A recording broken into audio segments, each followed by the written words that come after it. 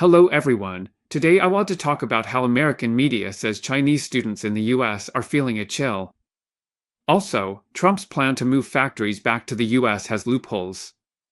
South Korea's Samsung has factories without customers, and US chip factories delay launch.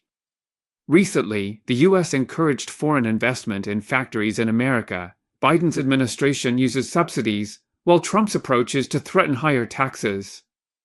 But for companies that have moved to the US, they'll feel the pain of factories without customers.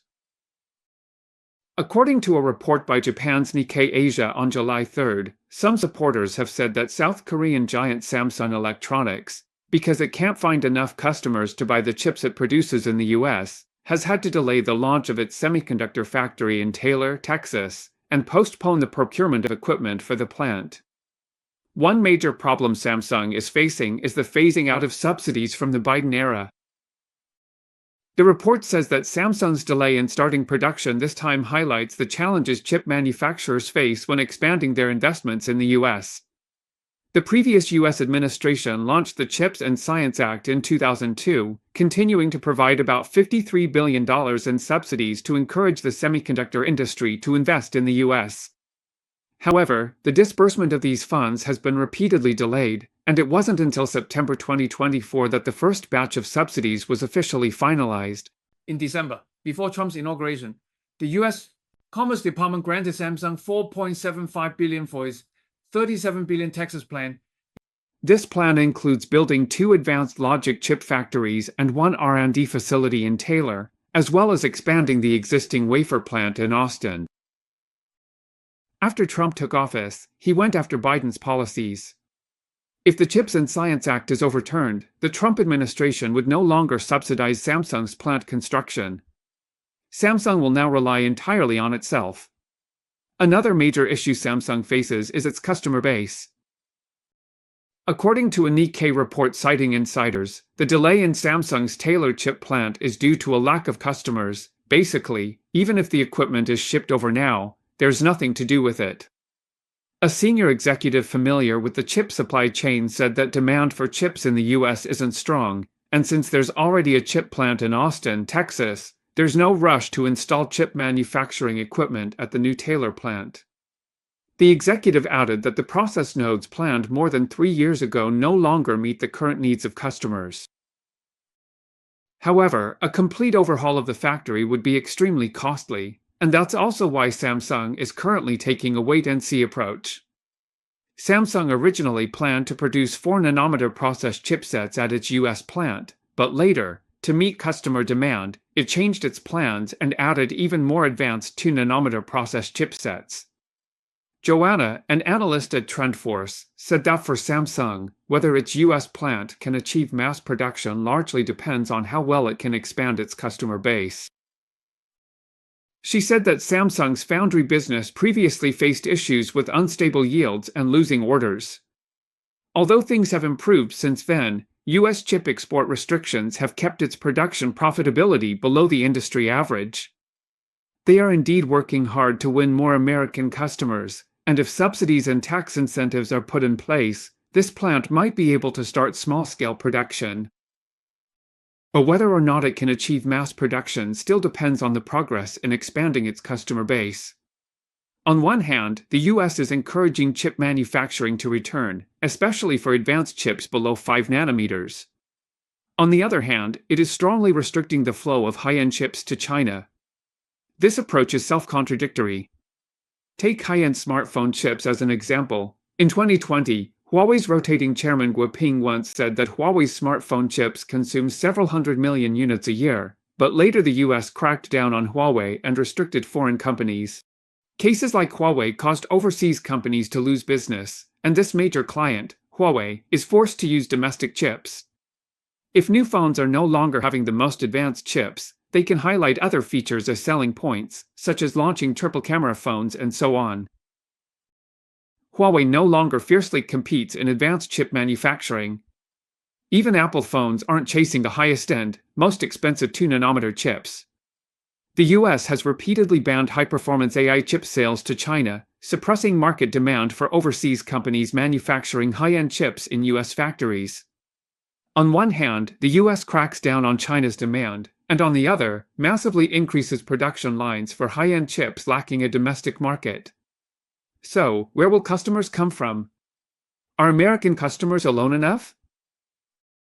Even the world's number one, TSMC, finds it tough to set up factories in the US. Earlier reports said TSMC's Arizona factory accumulated losses of 8.85 billion renminbi over 4 years, sparking concerns for Samsung about its Taylor, Texas project.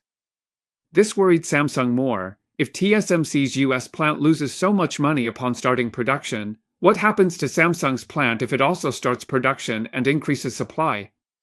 According to Samsung, in documents submitted to Korean financial regulators in May, their Texas plant campus was originally scheduled to start operations in April last year, but now it's already scheduled to be completed by the end of October this year. Also, having employees doesn't necessarily mean production has started. In April this year, there were even rumors that Samsung's Taylor plant would further delay its production start to February 2027. According to a recent report by Korea Junong Daily, although Samsung still insists publicly that the Taylor, Texas plant will begin operations as planned in 2026, both internal and external sources believe that, due to market conditions and order capacity, the actual revenue scale of the Taylor plant may end up being much lower than expected.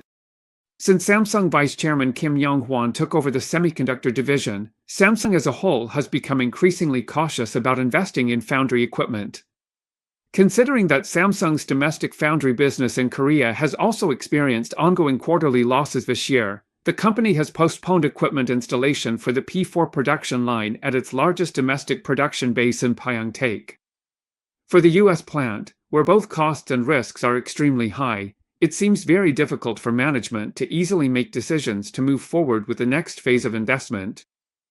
The Chosun Ilbo noted Taylor's construction is 99.6% complete as of April 22, but Samsung hesitates to order lithography machines. Delaying production raises future costs. A source said, equipment is typically installed 3-6 months post-construction. But Samsung delayed installation, meaning the longer they wait to decide on bringing in equipment, the more they stand to lose. Besides operational issues, Samsung also deals with tariffs. Additionally, because it's difficult to recruit enough manpower, the cost of hiring human resources on site in the US will be much higher. Previously, Trump proposed imposing tariffs of up to 25% on imported semiconductors and related equipment. According to the Chosun Ilbo, Trump's proposed 25% tariffs on imported semiconductors could add nearly 7 billion yuan, 1 billion, to a 3.7 billion ASML EUV machine. To sum it up, first, our company faces major problems of high costs and limited business opportunities building chip factories in the US, with restrictions on high-end chips. The situation is more complicated, and developing local manufacturing is self-contradictory. Second, the US trying to revive its manufacturing industry is like asking a terminal cancer patient to play soccer. It might just make the patient die faster. Would you like to talk about the difficulties Chinese students are facing in the US? According to a July 2nd report by The Atlantic, they interviewed a Chinese female PhD student studying in the US. She is currently pursuing a doctorate in social sciences at an American university. She said she needs to obtain her degree safely, but recently she heard from social media that her information might be checked when passing through the US border. For her, safety means taking a series of measures to avoid anything that could potentially be used by the US government to accuse her. She downloaded the end-to-end encrypted messaging app Signal to communicate with friends, and set messages to disappear after 24 hours. She also stopped sharing sensitive links in group chats, anything related to Trump, Israel, or DEI, which stands for diversity, equity, and inclusion.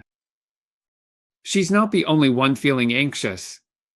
She said that her Chinese classmates also lower their voices when discussing American politics in campus cafeterias or at school. On June 10th, she received an email from the U.S. university system, which included an emergency plan for how to respond if a visa is suddenly revoked. The memo advised her to keep a contact list of immigration lawyers, and told her to save both electronic and paper copies of this plan. It even provided information on how to find temporary accommodation. This means that students need to have a backup plan. After seeking clarification, the students were told that all costs would have to be borne by themselves. She said, "We're just students, we don't have lawyers, and we really have no idea how to handle this situation." She said that the actions of the US government have made the people around her increasingly defensive and pessimistic. Half-jokingly, she asked, "Are we at war now?" The article says that Miaojing tried to draw a red line, but the problem is that no one knows exactly where that red line is. From 2009 to 2020, high school students were not yet the largest group of international students, with the peak being in the 2019 to 2020 academic year. There were about 370,000 Chinese students studying in the US at their peak. Numbers have since declined. On May 28, Secretary of State Rubio announced active visa revocations for Chinese students. And by June this year, the Trump administration announced that after reaching a trade agreement with China, the US would continue to welcome Chinese students. This seemed to give them a glimmer of hope, but Trump's actions made it clear where things stood. These students have become symbols in his trade war, which has actually made the situation for international students even more difficult. The uncertainty has increased. The article interviewed a Chinese scholar in the US who has been tracking cases of Chinese students being expelled from the US. Some people were deported because they were accused of minor offenses, even if those charges were later dropped. He said this was truly shocking. Their status could be revoked overnight, and in many cases, the American universities where these students were enrolled received no prior notice at all. Now, for Luo Sheng, even just leaving the US to travel feels like a high-stakes gamble, because he doesn't know if he'll be able to re-enter the US after his trip. To sum it up, first, it's really hard to see how these actions by the US reflect the so-called values of democracy and freedom that they claim to uphold. Second, this actually isn't a bad thing for China, because a lot of smart students will end up staying in China to study. For example, the core team behind the development of the large AI model is made up entirely of graduates from Chinese universities. So, the US restricting those high school students from studying abroad is a loss for America, but a gain for China.